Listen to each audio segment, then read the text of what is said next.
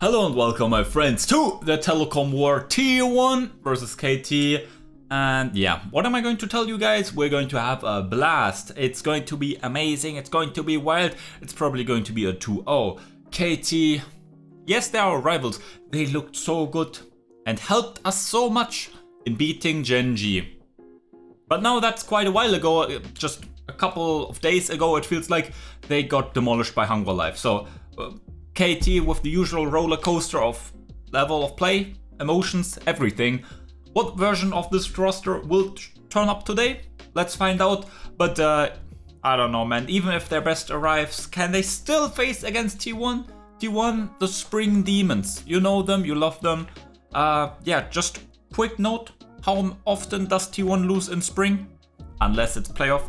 Only once in the last 2 years. Or rather, now 2 times in the last 3 years. 2.5, whatever, time is something else. So yeah, they're not losing in Spring all that often, my friends. So yeah, they've already lost their 1 time this year, obviously against GenG on day 1. So yeah, they're not going to lose anymore. So like for every team that faces them, it's a bit tough luck. Sure, we had some happy games, you saw them. I didn't really feel that we need to talk about them. And yeah, FearX, Nongshim, they put up some work. Willer looked good, and what is his name again? Not Jiwoo. Jiwoo was fine, but Smolder. Smolder, oh my god. Hope we will see the dragon today. Maybe in T1 Sands, that would be lovely. So yeah, enough blah blah blah. Let's get into the games, my friends. Hope you have brought yourself some drinks or some snacks, and let's have some fun. Okay, my friends, so yeah, Telecom War is starting. I am decently hyped. Looking at the draft though, I don't know, man. Yeah, T1 ultra scaling, great team fighting. Overall, you look at their squad. Super safe early game, reliable to some extent, wave clear, range, everything. They have some pick put. They have like nearly everything that you'd want. Obviously, maybe early game not too strong, but still decently safe. And the KT comp is not strong enough early game to really like crack their bones. And as such, yeah, like they're just going to get outscaled, out everything, right? They're going to be a bit stronger, come like first, second, maybe an early third Drake. But yeah, at that point, it's going to be very rough for them. Again, that's their goal, get really far ahead. But it's against T1, so you're not really going to get that, right? Bot lane might get something done. BDD playing the Karma, who is incredibly powerful right now. You have seen the FAKER performance, obviously. Sure, it's also FAKER, right? But yeah, Karma mid lane, if she gets rolling, that's that. Perfect. Let's see how many solo kills Zeus can get today. Yeah, well, we're keeping count of that. In case you don't know, this is a pretty historic or pretty fun game, right? Keria just, I think, 1 win away from getting his 300th win. And FAKER versus BDD, FAKER versus Deft. This is their 99th game. So game number 2 will be their 100th. FAKER obviously massive win streak or win advantage versus these. Just like with Corki, right? Still undefeated for like 4 years or so, I think. It was just shown, right? You can go back and watch it. So yeah, like everything positive lines up for T1 and also the draft. I mean, I'm not convinced. We've seen some happy T1 drafting, right? Like, I'm not denying that AD Twisted Fate can certainly be a powerful champion, but like not an AD carry, so that's that. But anyway, let's see if some action happens. Probably we'll see each other in like 10 minutes or so. Look at their champions, right? Being 500 gold behind here is completely fine, right? I mean, it's like, what? Also, like, can you tell me just who's going to like kill a farmed up Keria in the late game, right? If Deft, I mean, Deft is going to be decently strong, but Deft is not in the best position here to really play the game, right? Especially Nautilus versus Kalista is just, I don't want to live. So, yeah, I don't know, man, who's going to kill Keria if he actually gets to like free farm for 20 minutes or something. It's going to be mega tanky. T1 here actually already, oh, they're not only engaging onto the Drake, they're also, what are we seeing here? BDD with a flank, FAKER, that's quite aggressive, but he splits the fight, forces the flash out from Deft, he has the bailout, but that's maybe not enough. decent Guma ult, but yeah. We already see, right? T1 show their champions do need to scale for like 20 minutes more, but due to their great fundamentals and great fingers, they have actually not fallen that far behind, right? They're only 300 gold behind versus like KT's compy at this point, and this is something that we not expected, but that's something that we assumed to some degree, right? KT is not strong enough, not even flaming them as a team, but with their champions to really penetrate and punish T1, so that they're really like behind to a relevant degree, right? Yeah, BDD like flanks in, doesn't really do enough damage, right? Malignance is okay, but it's not the best power spike. BDD flash ult here just does absolutely nothing, completely delusional. And then like the bot lane, or rather the AD carry, Deft completely out of it. It's just so crazy, right? Also, like, considering KT later on, like, they have no way to like initiate fights in a like healthy manner, right? Udyr and Pioshik just running at them with Karma or their own movement speed, it's just not that great. Beryl being thrown in, oh my god, 3 kills, nice. So yeah. Let's see, Zeus here pops the ult out of respect. Right, he should not die. Oh, also flashes. I don't know about this one, but I guess better safe than sorry, right? There's no need to give a kill over, and especially not to the Kalista, right? Who's the only real DPS threat. Okay, decent poppy ult, but not good enough. Ooh, the rent is strong enough. Keria here gets a decent ult, and that's the moment where T1 does the T1 thing. Again, remember, our champions aren't even like scaled up here, right?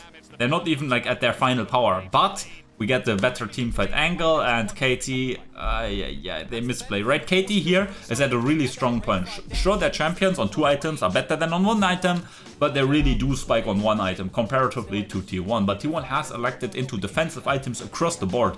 So, let's see here.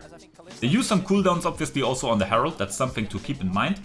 And then here, nice ult by Keria and Guma, right? Just the bot lane absolutely manhandling that fight. Keria dies, Ripperino, my sweet prince. And then FAKER comes in, like he doesn't even do all that much damage. Zeus on the other hand still does, even though he at this point didn't have the Profane Hydra completed as far as I know. And now T1 suddenly with the Senna Corki comp are actually, yeah, roughly 1.5k ahead. This looks like GG already, right? The comeback mechanics of KT are very limited. Yeah, KT's comp is just absolutely not playing the game here. Especially, like, I would argue against T1, because T1 is actually, like, doing their job, right? There are other teams that pick full scaling and then they contest Grubs, then they contest Scuttle Crab, right? It's not about giving everything up, but you just can't over contest these objectives, and knowing how far you can go with a contest with such a scaling comp, and like what you can let go and what you can't let go, right? That's obviously something that even to this day, right, 2024, not all teams know. So yeah, pretty nice. T1 here, like at 17 minutes, right? I mentioned early third Drake, which like kinda this is. I don't know about this one, but oh my god, Senna ult, I guess pretty helpful. Nice, so yeah, the early third Drake that I was like talking about, that was like a potential really huge pressure point for KT, turns out to be just a free Drake for T1. Deft here, I mean, let's see, T1 is not overforcing. Yeah, as our caster friend just mentioned, look at these players, man, look how good they're at CSing, by the way. Like perfect, he is at 195 CS at 20 minutes, pretty good. Zeus is at 221 CS, insane. Meanwhile, the bot lane of T1 is also at 122 CS at 21 minutes now. FAKER is at 207 CS. It's incredible, like how good are these LCK players at CSing? These are really 2 top level teams. The only problem obviously is that KT has elected poor champions, so that's bad for them. 22 minutes, we have 150 CS bot lane, right? 220 CS, FAKER's 10 CS per minute, right? and he's like worse off than his bot lane and worse off than his top laner, who has at 260 CS, right? This guy is so rich, right? You look at them, oh, it's just an aatrox with 1-0 and 3. He didn't get any turret plates. Why is he so strong? He has 2.5 items, right? Or rather 2 and 2 halves of items, right? He's literally at a 3 item point right now in gold spent in effective combat stats, right? I guess he's missing one passive, which is a thing. Okay, Baron start here at 23 minutes. They expect T1 to be bot, right? With like the next Drake spawning. But T1 knows because obviously like T1 is the team that is made and lived by the Baron. KT is going to back off because there's no way this KT comp can actually do Baron. They have good Baron damage and secure, sure, but you're not wanting to do Baron versus, well, let's just shut up and look at the explosions here. There are lasers, explosions, pew pew pew. FAKER here all alone, his KDA is going to be sacrificed for the teamfight win. And this is just the usual, right? FAKER goes in, or FAKER fights, uses what he has, right? And the enemy team overuses their resources to secure the kill on the GOAT. And in the meantime, the 4 demon lords are just destroying what is left. And yeah, beautiful finish there also at the end, like with Keria flash ult Q, I mean, it's pretty simple, but yeah, like just going in, not playing around, just slaughtering KT here. FAKER here obviously already in a like tough position, kind of forced out to go there in aggressively, right? But it is what it is. Hey, he still gets a lot of damage down, FAKER. Oh yeah, Keria here. Just beautiful. Knocks up 3 people there with how he layered his flash and ult.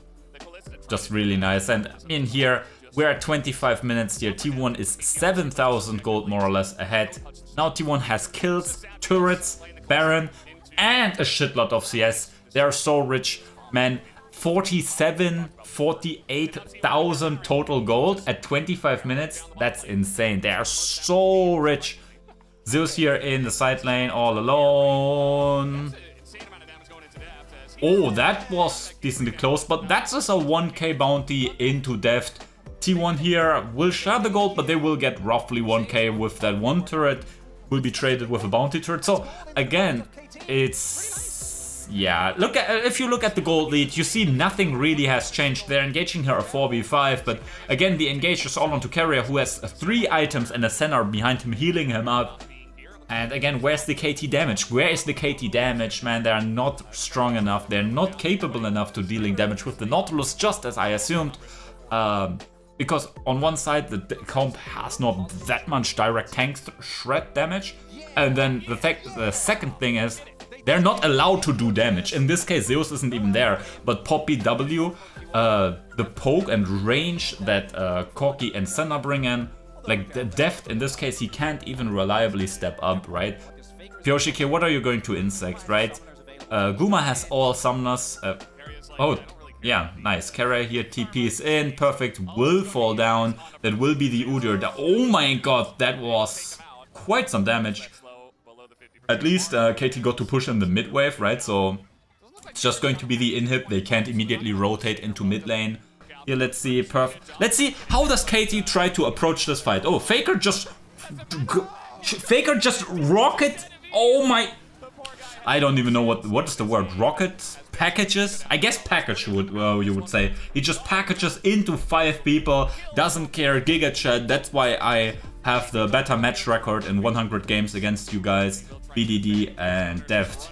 That's why you're just a second fiddle here. And yeah. Pretty good game, but like we can't even say too much. Obviously T1, like every position really played really well. Maybe not everyone got like their flashy high damage, high whatever impact plays, right? Especially like Owner, for example. But Owner was there, like following Pyoshik so that he couldn't even like think about doing anything crazy early on. But this is just a draft diff. Like at this level of play, it's just nah. Anyway, let's go into game number 2. Maybe we see something crazy, something exciting, because just in like a draft diff win is pretty boring. But still pretty good to see that T1 is not happy gaming anymore and plays out the draft. Let's go into game 2 though. Let's go. Okay, my friends, we're here in game number 2. I didn't look at pick ban. Let's just look at the draft. Let's do it the classic. We look at T1's draft and say, is it good or is it bad? We have K'Sante in top lane, Zeus still practicing that champion. So this is not a full Omega OP K'Sante, this is Zeus K'Sante, so it's a bit Owner Vi, okay, Vi K'Sante, that's decently oppressive against something like the Nar. FAKER Oriana, hi, that's good, that's good. And then Guma with Smolder, okay, we've already won, let's see, enemy comp, do they have anything to keep down the Smolder? I don't think, it was GenG, I think, right? I think it was GenG, right?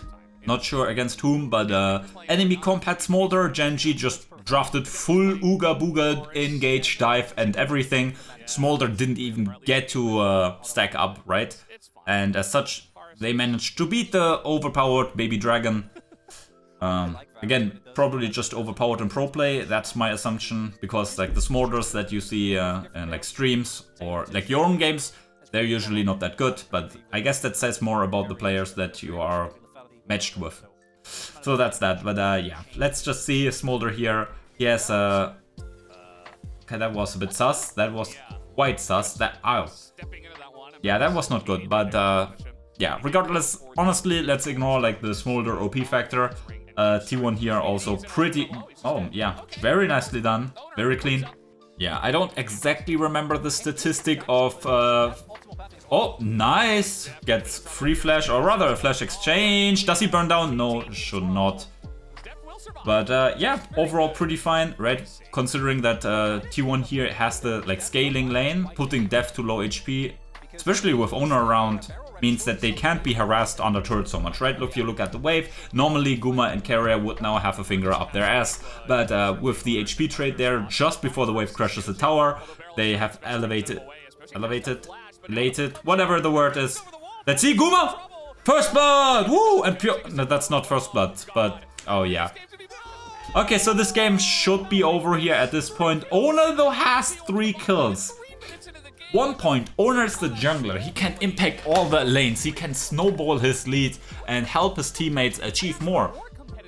Good, but yeah, Smolder with a kill and a bunch of assists also gets to maybe like push out the wave, or maybe we're pushing the wave in a neutral state. We'll have to see at the wave, but actually it doesn't really matter, he probably got a good amount of stacks here as well. Yeah, I don't know, man. The earlier play was really well done by Keria, not only like the execution, but the idea behind it. I already talked about it, I'm not going to repeat it, so that's that. Now let's see Owner, like he was on like boring champ duty for most of the time, right? We had 80, Twisted Fate, all kinds of random picks coming in, right? Okay, Keria, Ripperino, right, support duty. So yeah, Owner now maybe gets his happy gaming, right? Guma had his chance, like we had Ezreal support and all that, so Keria had to have fun. Okay, let's see here, Pioshik. Okay, Beryl comes around, oh my god, and Owner is taking a shitload of damage. Let's see, goes over the wall, and Keria baits out BDD's ult. So yeah, let's see, I guess with Perfect coming over, Owner with the 3-0 lead, right? Will lose his red buff. So yeah, that's obviously top lane. Owner was like on Drake in bot lane, right? He was in vision most of the time, so as a top laner, especially as a cringe range top laner, Perfect can do whatever he wants there, and we see the natural CS lead. It's just what it is, right? This red is going to do whatever it wants. Okay, nice. Deft, yeah. Ah man, I love this Alistar combo. Flash, pulverize, and then headbutting them into your team. It's just so fun. I don't know, playoffs, just weird. Finding a pick onto Beryl here, but hula hoop. Let's see, 30 seconds though on Drake, so Faker's ult should come up relatively soon, right? Look at the cooldown reduction he already has acquired. Chemtech Soul here, or rather Soul Point. Not really something that we need to lose our mind about. We find the pick here onto Owner. Oh, nice buffer on the ult. Buys a bit of time. Smolder here gets to shoot. Let's see. Decent, but the dragon's not strong enough yet. We get 1, or rather that's already the 3rd kill. And yeah, even FAKER without ult, even with the immediate pick on our fat vibe, it's just not enough. Yeah, and another teamfight win for T1. Let's see here also the items, right? FAKER with his defensive and cooldown heavy build, right? He obviously knows that our team is already strong enough. We have a lot of damage. Let's just, yeah, be utility, just have the ult of cooldown when we want it. And obviously more spell rotations also mean more use. 1500 gold lead here in mid lane. That's the biggest lead individually on the map. Nicely farmed up and also has some kills, plates and everything that you would want as an Orianna. Oh wait, are we going to get an engage? Is KT going to like flip it all for... Bro, wait, that's the real Pyoshik? No way. Oh my god. Owner though, what was that? Way too over aggressive, man. Ay. And T1, especially Guma, if I'm not mistaken, he has like so much gold in pocket, right? His last recall was quite a while off, so it's just really weird here. Keria goes in, tries to deny the fruit. That's decently helpful.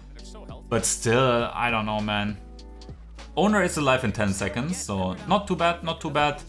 We can at least deny them taking it for a while now. And again, it's just one regular Drake for KT.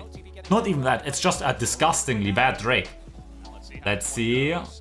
Should expect the cow to come over the wall at any point? No, okay. So yeah, Owner not there yet. A bit mismatched, a bit poorly done, a bit over aggressive. But oh, what is that? What is that? That's Baron Nashor. Let's go. And there's no vision for you, ha ha ha, because you focused on the Drake. And yeah, you're not getting this. Let's see if FAKER should control the choke point. There is the Mumu cow. Let's go. Owner goes in. Let's see. FAKER though. But that's why he has the Zonias. Free auto attack time for Guma. FAKER, Ripperino. But again, they expended so much for him. And oh nice. Zeus lives. I'm losing my voice, man. We're having a bit of a blast here. Look at the damage. Very nicely done. Owner getting some good stuff again. And yeah. FAKER controls or zone controls partially that bottom corridor there, right, the entrance, leading Deft and his friends to move through the mid lane. Here we see it not once more, meaning, I mean, you're just going to see it anyway. Let's just go. Here we see it. No, we don't see it actually. We see the end of it. Right, FAKER controls that space where he's situated, and with him having the stopwatch and the flash, he's just able to buy so much time, and again, as always, also buy cooldowns, right? Just great success. 5,000 gold lead here with the smolder comp, and yeah, we have a decent front line. We have some, I mean, our range is not the best, right? So sieging these turrets up will be a bit difficult. Let's see, maybe we can abuse the smolder just for that, because I mean, just look at that, man. It's going to do so much damage. So yeah, here at probably the end of game number 2, I mean, I don't know, man. KT, I just listened to the casters and I just noticed as well, right? KT is on blue side. T1 got smolder at the end of the draft, which is at this point you ask yourself, why? How? Like, do you want to give T1 smolder, a team that is like so good at stalling games out, right? So you know it doesn't matter what is going to go on. Smolder will go online, he will be strong. Do you really want to go into such a game? Not to mention that you just got completely outscaled and shafted by them in game number 1. Oh, Zeus here just mega blast coning into the enemy team. And yeah, he's Kisanti, goes in and is a-okay. But let's see, maybe we're just getting some panic cooldowns, right? He used the ghost, not really something of too great of a value. 1 second, 0 seconds till the green dragon spawns. So that's that. Their range a bit iffy, right? And KT, they still have Pyoshik, they still have a potential for perfect to come from there, and Beryl, right? So sieging up, it's getting easier as time passes, right? But yeah, we'll have to see here. They're able to brute force it, and now with the first turret falling, yeah, They have multiple angles to attack the next turret, so now it's super easy and it's not a problem anymore. Yeah, okay, nice. Thank you, KT, man. You let one turret fall down and now you lost everything. Engaging onto Zeus. Do you see his HP bar? I see it, but it doesn't move. Oh, that's an insane hook there. But it's probably not going to matter. Beryl's the first one on the chopping block. Owner had the Guardian Angel all along. And is the next one going to burn down? Oh! That was an insane flash by Guma, right? BDD like ult flashes or something like that. Not sure exactly how it buffers, but at least he tries to like do some crazy plays out of desperation. And that's that. So T1 with the 2-0 win, kinda as expected, right? KT give it. KT is really just our friend. They beat GenG, helping us raise up in the standings, and then they give us quick 2 wins. Just nice. FAKER wins his 100th win, 100th game versus Deft and BDD, both at the same time, by the way. Yeah, just very good. The drafting was incredible. I have to say, KT made it pretty easy for us, right? Game number 1, it's unlosable, right? Game number 2, honestly, there was an avenue. You could imagine an avenue for KT, right? Mid lane matchup is a bit hit here or there, right? It's usually FAKER wins is the thing, but there's a chance for something to happen. Bot lane, you have in theory a better bot lane, but Keria just played it so well. And then with Owner getting strong in the mid lane, coming to bot, helping that as well, outplaying Beryl, kinda inting. Just with bot lane pressure gone, it's just a Nara pushing in top lane. That's the only good thing, or the only thing that was going there for KT. So overall, I don't know, man. It's just the game plan or like their avenue for success that they envisioned just fell apart like at level 3 here. At this point, right, the T1 bot lane and the T1 jungler were just in such a good position that they weren't like threatenable like to like to a concerning degree, and yeah, at that point it's T1, right? They're not going to just like int, right? This roster has shown again and again that they can play quite aggressive, right? They can take any fight that they want, right? That's what we saw in the last 2 series, right? Every fight we fight, every fight we fight, ooga booga, let's go. And now in this game, and much more in game number 1, we saw that T1 also can be patient, that they can play for their power spikes, scale up, take the fights that are really like advantaged for them, and then win the game due to better scaling and obviously better play. CSing is just immaculate as well, so just guaranteeing higher gold values from the get-go. Many good things, let's see how much of them I leave in the video. Hope you enjoyed yourself with this Telecom War. I know it's a bit late, but hey, work is work, right? You need to earn that buck to afford the new T1, what is it, jersey, right? That just came out, I think yesterday. Obviously have to get that one. Let's see when we'll get to wear it. Maybe when we lift the next trophy. Regardless, I hope again you had a good time. Let's have a good time next week again. See you there and take care, my friends. Bye bye.